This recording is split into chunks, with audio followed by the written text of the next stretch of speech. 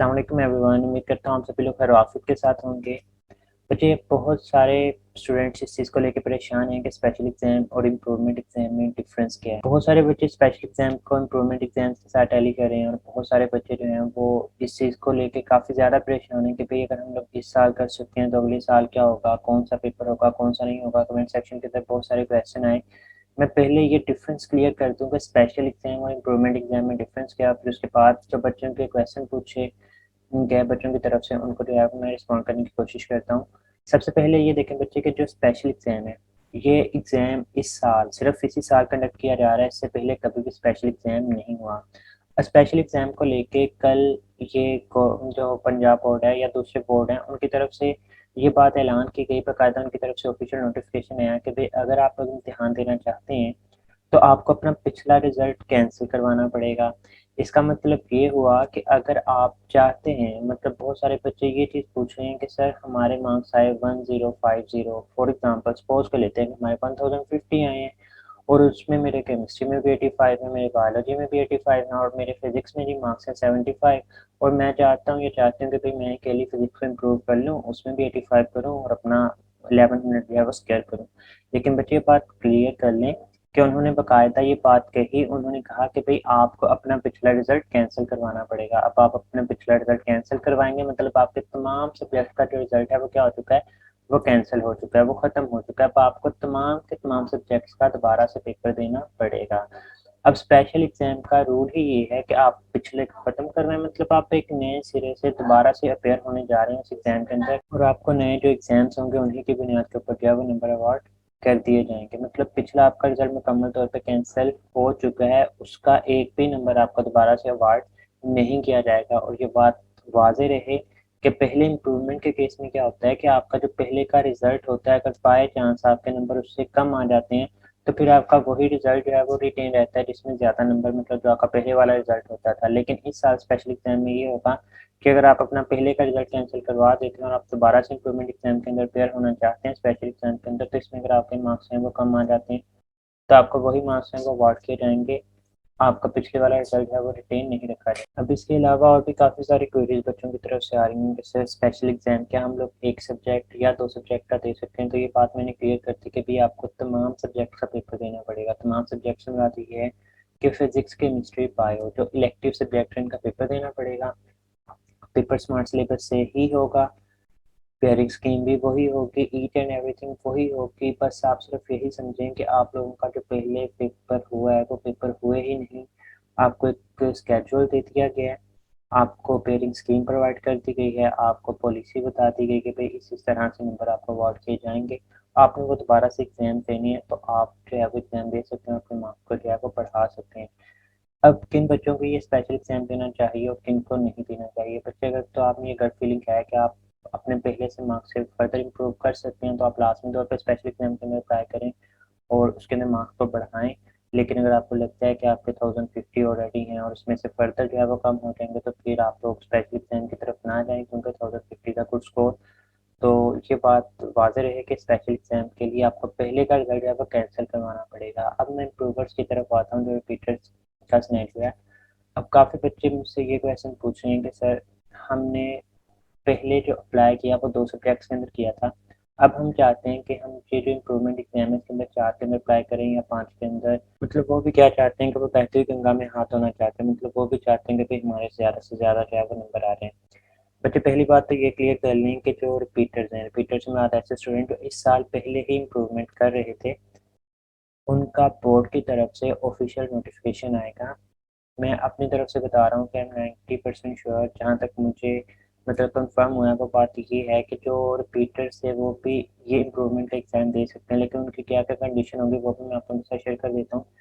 पहली बात ये कि मतलब मैंने रिसोर्सेज़ से ये बात पता करवाई है कि सिर्फ़ और सिर्फ़ इम्प्रूवमेंट वाले जो स्टूडेंट्स हैं वो एग्ज़ाम दे सकते हैं, लेकिन इसका बाकायदा नोटिफ़िकेशन जो है वो मंडे तक ऑफ़िशियल नोटिफ़िकेशन आएगा क्योंकि अभी तक बोर्ड वाले जो हैं वो सारे के सारे रिज़ल्ट्स को ठीक करने के अंदर लगे हैं क्योंकि काफ़ी सारी मिस्टेक्स जो हैं वो इस दफ़ा रिज़ल्ट्स के अंदर देखने को मिली स्पेशली इम्प्रूवर्स को लेकर के उनके मार्क्स जो हैं वो पहले से डिडक्ट हो चुके हैं या ग्रेस मार्क्स डिडक्ट हो चुके हैं। इन चीज़ों को लेके भी मैं डिस्कस करता हूँ। तो पहली बात ये क्लियर हो गई कि इम्प्रूवर्स एग्ज़ाम दे सकते हैं लेकिन इसका ऑफ़िशियल नोटिफ़िकेशन आएगा तभी ये बाद जो है मुकम्मल तौर पे 100% श्योर होगी। अब दूसरी बात ये आती है कि अगर आपने पहले 2 सब्जेक्ट्स का जो था वो एडमिशन भेजा था, फॉर एग्ज़ाम्पल आपने फिज़िक्स और उर्दू या इंग्लिश का भेजा था। अब आप चाहते हैं कि भई आप उर्दू का पहले भेजा था, इंग्लिश में आपके पहले 89 थे, आप चाहते हैं कि आप इंग्लिश में भी भेजें और आपका उसमें भी 100 मार्क्स जो हैं वो आ रहे हैं according to the recent policy.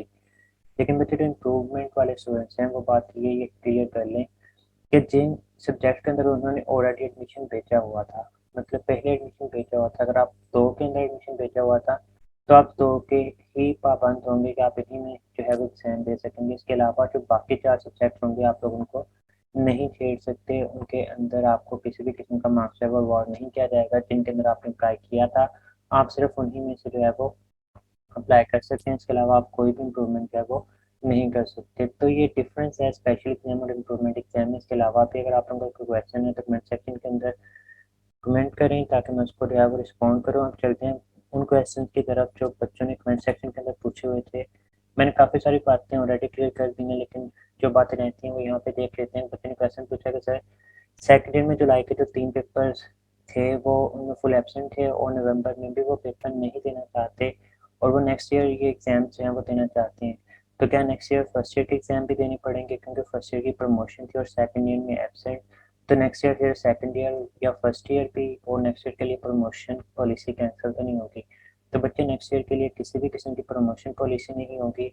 आपको सारे के सारे एग्ज़ाम देने पड़ेंगे, फर्स्ट ईयर भी और सेकंड ईयर भी, दोनों के दोनों एग्ज़ाम देने पड़ेंगे और फुल सब्जेक्ट्स के एग्ज़ाम देने पड़ेंगे, मतलब 6 के 6 होंगे और सिलेबस भी स्मार्ट सिलेबस नहीं होगा, फुल बुक में से पेपर आएगा और प्रमोशन पॉलिसी मुकम्मल तौर पे कैंसल होगी, मतलब आपका किसी भी किस्म का जो है वो बेनिफिट आपको नहीं मिल रहा होगा, आपको अलग से सारे के सारे पेपर देने होंगे और इनके अंदर जो आपके मार्क्स बने होंगे आपको वो अवार्ड कर दिए जाएँगे। नेक्स्ट क्वेश्चन बच्चे की तरफ से पूछा गया कि सर जैसे मैंने फिज़िक्स इम्प्रूव करनी है, तो मैं सिर्फ फिज़िक्स के मार्क्स कैंसल होंगे उनके, तो बच्चे फिज़िक्स के अगर आप फेस्ट स्टूडेंट्स हैं, तो आप सिर्फ फिज़िक्स के कैंसल नहीं होंगे, आपका ओवरऑल जो रिज़ल्ट है वो कैंसल हो चुका होगा और आपको इन तमाम सब्जेक्ट्स में से जो है दोबारा पेपर देने पड़ेंगे। नेक्स्ट है कि सर एप्लीकेशन लिखकर किधर भेजनी है? तो बच्चे एप्लीकेशन लिख के आपने बोर्ड में ही सबमिट करवानी है। बेहतर यही है कि आप बोर्ड जाकर उनसे बात करें क्योंकि बोर्ड के अंदर इस वक़्त बहुत ज़्यादा रश है स्टूडेंट्स को लेके, ख़ास तौर पे इम्प्रूवर्स की लाइन्स लगी हुई हैं क्योंकि उनके ऑलरेडी मार्क्स जो हैं वो डिडक्ट कर लिए गए हैं। अब ये बात इन बोर्ड की तरफ से ये गलती से हुआ है कि उन्होंने फ्रेश स्टूडेंट्स, इम्प्रूवर, रिपीटर्स मतलब जो भी कैटेगरी है उनका तमाम का रिज़ल्ट जो है वो एक ही बुनियाद के ऊपर बना दिया है। ग्रेस मार्क्स भी डिडक्ट कर लिए गए, हालाँकि ये पॉलिसी के अंदर मेंशन नहीं था कि ग्रेस मार्क्स डिडक्ट कर लिए जाएँगे, तो अगर आपके साथ भी ये सिनेरियो हुआ है कि आपके ग्रेस मार्क्स डिडक्ट हुए हैं या फिर आप लोग इम्प्रूव कर रहे थे और आपके पहले से मार्क्स कम आ चुके हैं, तो टेक्निकली ये पॉसिबल ही नहीं है। आप लाज़मी तौर पे बोर्ड में कॉन्टैक्ट करें और उनसे बात करें, आपके मार्क्स हैं वो इंशाल्लाह दोबारा से बढ़ा दिए जाएँगे। नेक्स्ट ये था कि सर 3 सब्जेक्ट्स में से बस स्मार्ट सिलेबस से ही आएगा या सारा पढ़ना है और स्कीम भी वही होगी? तो बच्चे जी स्मार्ट सिलेबस ही होगा और स्कीम भी वही होगी और जो रिज़ल्ट की पॉलिसी है वो भी इसी तरह से फ़ॉलो की जा रही होगी। जो लोग सिर्फ़ एक सब्जेक्ट लाइक बायो वेट करना चाहते हैं वो कब करेंगे या नेक्स्ट ईयर वेट करें इम्प्रूवमेंट करने के लिए? जी बच्चे वो जो इम्प्रूवमेंट होगी वो नेक्स्ट ईयर ही होगी। इस साल अगर आप इम्प्रूव करना चाहते हैं तो आपको सारे के सारे मार्क्स डिडक्ट करवाने पड़ेंगे, मतलब ये रिज़ल्ट खत्म होगा आपको दोबारा से जो है वो पेपर लिए जाएँगे सारे के सारे, मतलब इलेक्टिव सब्जेक्ट्स के और उन्हीं की बुनियाद के ऊपर कंपल्सरी सब्जेक्ट्स में भी लग जाएँगे। और ये बात मैं क्लियर करता चलूँ कि नेक्स्ट ईयर के लिए अलग से पॉलिसी होगी कि आप किस तरह से सब्जेक्ट्स इम्प्रूव करेंगे। अब मैं 100% ये श्योर नहीं हूँ कि भई अगर आपके बायोलॉजी के अंदर कम आए हैं, तो आप सिर्फ बायोलॉजी ही इम्प्रूव करने की तरफ जाएँगे या बायोलॉजी के साथ-साथ आपको उर्दू, इंग्लिश वगैरह ये भी ऐसा कुछ करना पड़ेगा, लेकिन आई थिंक सो कि ऐसा कुछ भी नहीं होगा। आप सिर्फ जो सब्जेक्ट्स इम्प्रूव करना चाहते हैं, आप सिर्फ उसी के अंदर एडमिशन भेजेंगे और उसी की बुनियाद के ऊपर जो है वो आपके मार्क्स लग जाएँगे। लेकिन अगर आप एक ही सब्जेक्ट को इम्प्रूव करना चाहते हैं, तो अब भी आप इम्प्रूव नहीं कर सकते। आपको फिर वो नेक्स्ट ईयर करना पड़ेगा क्योंकि बाकायदा पॉलिसी के अंदर जो कल ऑफिशियल नोटिफ़िकेशन आया, उसके अंदर ये मेंशन है कि आपको रिज़ल्ट कैंसल करवाना पड़ेगा। तो रिज़ल्ट किसी एक सब्जेक्ट का तो कैंसल नहीं ना होगा, वो तमाम का तमाम आपका रिज़ल्ट कैंसल होगा और आपका दोबारा से नए सिरे से जो है वो रिज़ल्ट बनेगा जब आप तमाम के तमाम सब्जेक्ट के अंदर जो है वो अपीयर होंगे। नेक्स्ट कि जिसने अब इम्प्रूवमेंट के पेपर दिए थे, क्या वो स्पेशल एग्ज़ाम में दोबारा से इम्प्रूवमेंट दे सकते हैं? तो बच्चे मुझे 90% I am sure about it कि वो भी एग्ज़ाम दे सकते हैं, लेकिन सिर्फ़ उन्हीं सब्जेक्ट्स का जिनमें उन्होंने ऑलरेडी एडमिशन भेजा हुआ था। लेकिन मैं फिर क्लियर कर दूँ कि ऑफ़िशियल नोटिफ़िकेशन आएगा। आज या कल में ऑफ़िशियल नोटिफ़िकेशन आना था लेकिन अभी ये नहीं आएगा क्योंकि बोर्ड में कोई भी बंदा अभी तक फ्री नहीं है। जो इस चीज़ की तरफ गौर कर सके, क्योंकि काफ़ी ज़्यादा मिस्टेक्स की वजह से जो है वो सारे जो भी बोर्ड के बंदे हैं वो इसी चीज़ के अंदर लगे हुए थे, जल्दी से जो है वो बच्चों के जितने भी गलतियाँ उनके रिजल्ट कार्ड के अंदर आई हैं उनको ठीक कर लिया जाए। और जो इम्प्रूवमेंट की तरफ से मतलब बच्चों की तरफ से क्वेश्चन आए थे कि सर मेरे मार्क्स ऑलरेडी डिडक्ट हो चुके हैं तो हम क्या करें? तो बच्चे आप लास्ट में तौर पे बोर्ड से जो है वो कंसल्ट करें, वो लास्ट में तौर पे आपके मार्क्स जो हैं वो पढ़ेंगे। ये टेक्निकल फॉल्ट हुआ है बोर्ड की तरफ से कि उन्होंने तमाम स्टूडेंट्स का फ्रेश फीटर इम्प्रूवर तमाम का एक ही बुनियाद के ऊपर जब रिजल्ट बना दिया हुआ, तो आप लोगों को ये चाहिए कि पूरी तौर पे बोर्ड से रब्ता करें। वो इंशाल्लाह आपके मार्क्स हैं वो लाजमी तौर पे बढ़ा देंगे, और जो ग्रेस मार्क्स वाले स्टूडेंट्स हैं वो भी लाजमी तौर पे जो है वो बात करें, आपके ग्रेस मार्क्स बढ़ाए जाएंगे, क्योंकि ये किसी भी पॉलिसी के अंदर जो थी वो बात मेंशन नहीं थी। तो ये चंद एक चीज़ें जो कि बच्चों ने मेरे से पूछी हुई थी, मैंने आप लोगों के साथ डिस्कस की हैं। इसके अलावा भी अगर आपका कोई क्वेश्चन है तो कमेंट सेक्शन के अंदर लिखें, इंशाल्लाह मैं उसको जो है रिस्पॉन्ड करने की कोशिश करूँगा। तब तक के लिए अपना बहुत सारा ख्याल रखिएगा। अपनी अमान अल्लाह।